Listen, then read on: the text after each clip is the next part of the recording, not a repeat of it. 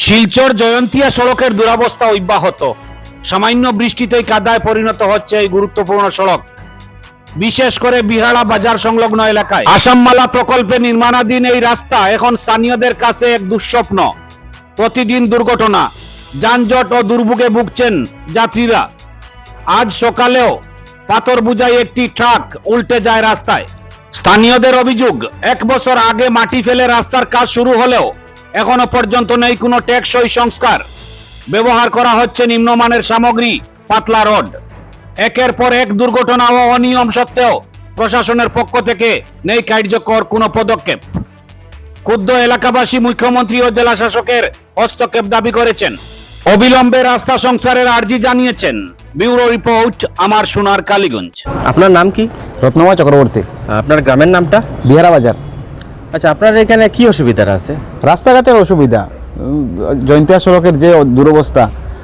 গেছে বছর থেকে তারা আসাম মালায় কাজ শুরু করছে, মাটি ফেলাইছে, কিন্তু তারা কাজ কোনো ভালোভাবে করলো না। আর ইদানিং বৃষ্টিপাত হয়েছে, রাস্তার অবস্থা শোচনীয়।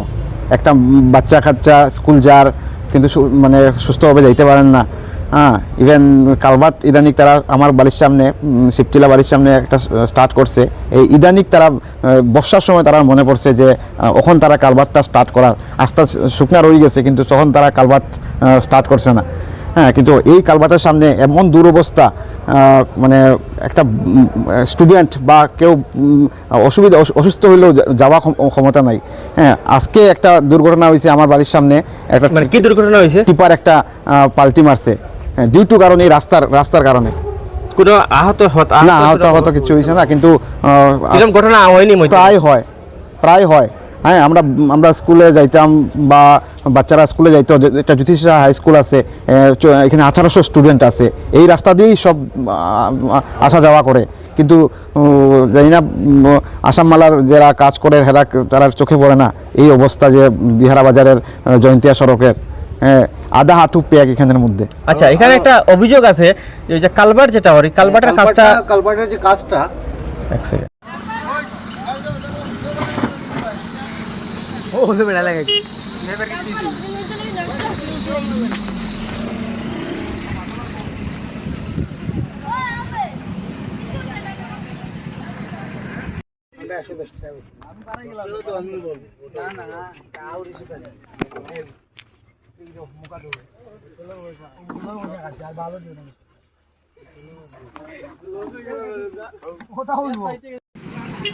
ಹೌದು ಅರವ ಅಷ್ಟೇ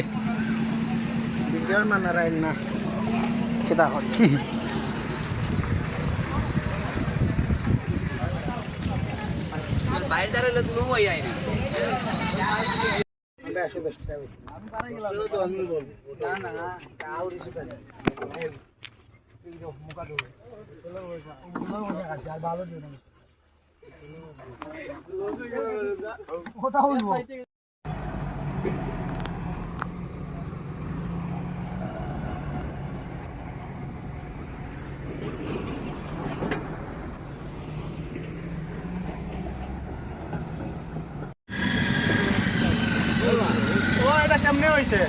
পড়ে গেল তো আর কিলা করিয়া, হরণ দিছে না, হরণ দিছে না তো গাড়ি মডেল তো